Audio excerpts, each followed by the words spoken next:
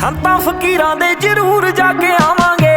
ਆਈ ਕਦੇ ਤੈਨੂੰ ਵੀ ਪੰਜਾਬ ਦਿਖਾਵਾਂਗੇ, ਆਈ ਕਦੇ ਤੈਨੂੰ ਵੀ ਪੰਜਾਬ ਦਿਖਾਵਾਂਗੇ, ਆਈ ਕਦੇ ਤੈਨੂੰ ਵੀ ਪੰਜਾਬ ਦਿਖਾਵਾਂਗੇ।